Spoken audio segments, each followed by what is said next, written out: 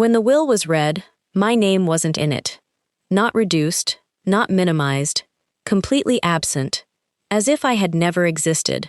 My brother Daniel sat across the table with the particular stillness of someone trying very hard not to look pleased. The attorney finished reading and closed the folder. Everyone looked at me. I didn't cry. I didn't argue. I simply asked the attorney one question: when was this version of the will signed? He told me. I wrote the date on a notepad, tore off the sheet, folded it, and put it in my pocket. Then I said, "Thank you, I'll be in touch." 3 months later, I walked back into that same office with a forensic document examiner's report, a handwriting analyst's findings, and a district attorney who had agreed to take my call. My brother's attorney was already in the hallway when I arrived. He did not look like a man who was winning. "My name is Susan Hartley. I'm 49 years old, and I spent 3 months after my mother's death being told, in various polite and impolite ways, that I was confused, bitter, and imagining things. I was not confused, I was not bitter, and I was not imagining things. This is the story of a signature that wasn't my mother's. A brother who thought he'd been careful enough, and what happens when the person you underestimate turns out to have more patience than you expected. Stay with me. My mother, Patricia Hartley, was 78 years old when she died.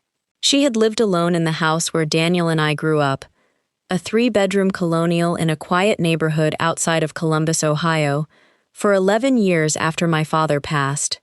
She was sharp, stubborn, and deeply private about her finances in the way that generation often is. She believed money was a personal matter and that discussing it openly was somewhere between impolite and dangerous. She had told me, more than once over the years, what she intended to do with her estate. The house would be sold, the proceeds split equally between Daniel and me. Her savings, the same.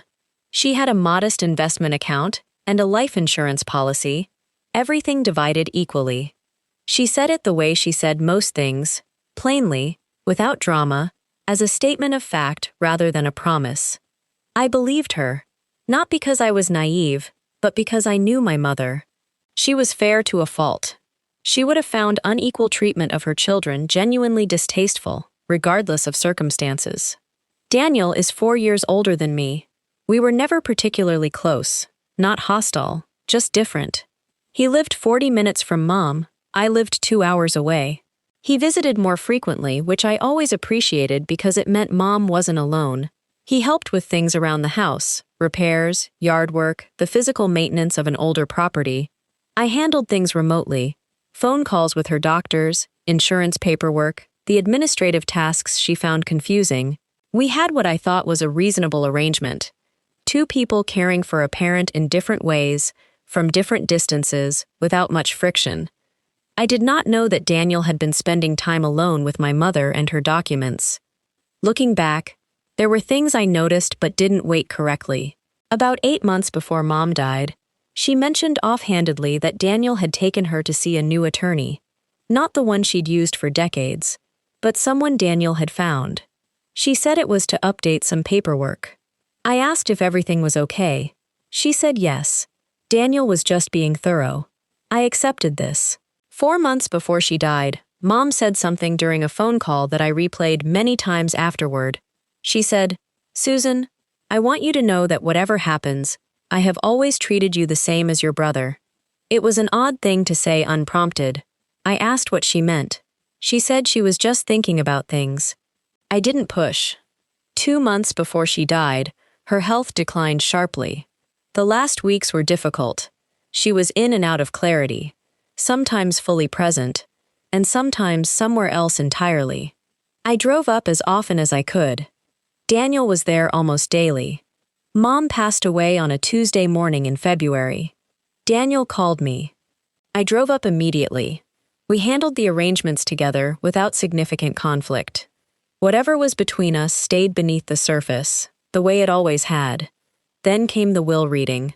The attorney Daniel had taken Mom to see was a man named Garrett, youngish, with an office in a strip mall 20 minutes from Mom's house. I had never met him. I had never spoken to him. When I walked into his office for the will reading, he greeted Daniel warmly. First name, handshake, the ease of people who have met before, and greeted me with the careful neutrality of someone who has been told to expect a difficult conversation. The will he read was not the will my mother had described to me. It left the house entirely to Daniel. The investment accounts, entirely to Daniel. The savings, split. 70% to Daniel, 30% to me. The life insurance policy, which I had been the named beneficiary on for over 20 years, had apparently been changed to name Daniel's eldest son. I sat and listened to all of it without interrupting. When Garrett finished reading, he closed the folder and looked at me with the expression of a man who has practiced this moment. He said the will had been signed and notarized 8 months ago. He said everything was in order. I asked him the date of signing. He told me. I wrote it on a notepad. I tore off the sheet. I folded it and put it in my pocket. Then I thanked him for his time and said I'd be in touch. Daniel walked me to the parking lot. He said he hoped I understood that Mom had made her own decisions. He said he hoped this wouldn't create problems between us. His voice was measured and reasonable, the voice of someone who has rehearsed reasonableness. I said I understood completely. I got in my car. I drove to the end of the street. Then I pulled over and sat for a long time, looking at the date on that folded piece of paper. 8 months ago, when Mom had mentioned the new attorney. When she'd said Daniel was just being thorough, I thought about the phone call 4 months before she died. I want you to know that whatever happens, I have always treated you the same as your brother. My mother had been trying to tell me something. She just hadn't known how to say it directly. I did not call Daniel. I did not call Garrett. I did not post anything on social media or tell relatives or make any move that could be observed and prepared for.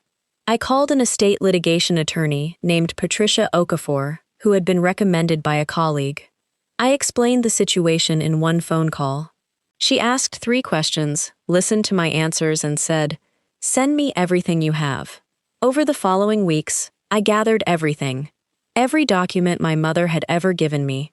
Every email. A recording of a phone call from 2 years ago, where Mom had described her wishes clearly. I had recorded it casually, without legal intent, just habit. Cards in my mother's handwriting from the past decade. Medical records showing her cognitive state in the months before the signing. Patricia hired a forensic document examiner. The examiner analyzed the signature on the new will against verified samples of my mother's signature from documents spanning 20 years. The report came back 6 weeks later. The signature on the new will was inconsistent with my mother's authentic signature in 17 specific measurable ways. Pen pressure. Letter formation. The particular way my mother always connected certain letters that the forged signature did not replicate correctly. The examiner's conclusion, stated in the careful language of expert reports, was that the signature showed strong indicators of having been produced by a different individual. Patricia also hired a handwriting analyst who reached the same conclusion independently. We had 2 expert reports. We had a recording of my mother stating her actual wishes. We had medical records showing that 8 months before her death, my mother had been in the early stages of vascular dementia, a fact that Daniel had apparently known and that Garrett may have been aware of when he notarized documents she may not have fully understood. Patricia called the district attorney's office. They agreed to take the meeting. 3 months after the will reading, I returned to Garrett's office. I was not alone. Patricia was with me. An investigator from the DA's office was with us. And Daniel's own attorney, who had apparently been contacted earlier that morning, was already in the hallway when we arrived. He did not look like a man who was winning. I will not describe the legal details of what followed in full, because some of it is still part of the record. What I will say is this. Garrett's notarization was found to have significant irregularities. Daniel's access to my mother during her period of cognitive decline, combined with the expert findings, created a case that his attorney clearly advised him he could not defend successfully. Daniel did not go to trial. The matter was resolved through a civil agreement that restored the original distribution my mother had always described. Equal shares, everything split down the middle. Garrett surrendered his notary commission. His license is under review. Daniel and I have not spoken since. I think about my mother's phone call often. I want you to know that whatever happens, I have always treated you the same as your brother. She knew something was wrong. She was losing her clarity in those months, losing her ability to hold on to things fully, but somewhere underneath that she knew. She couldn't stop it. She may not have even fully understood what was happening, but she wanted me to know her intention. She wanted me to know that whatever I found afterward was not her. That phone call was her way of leaving me a thread to pull. I pulled it. People sometimes ask me if I feel guilty, about the legal process, about what happened to Daniel, about the family that no longer exists in any functional sense.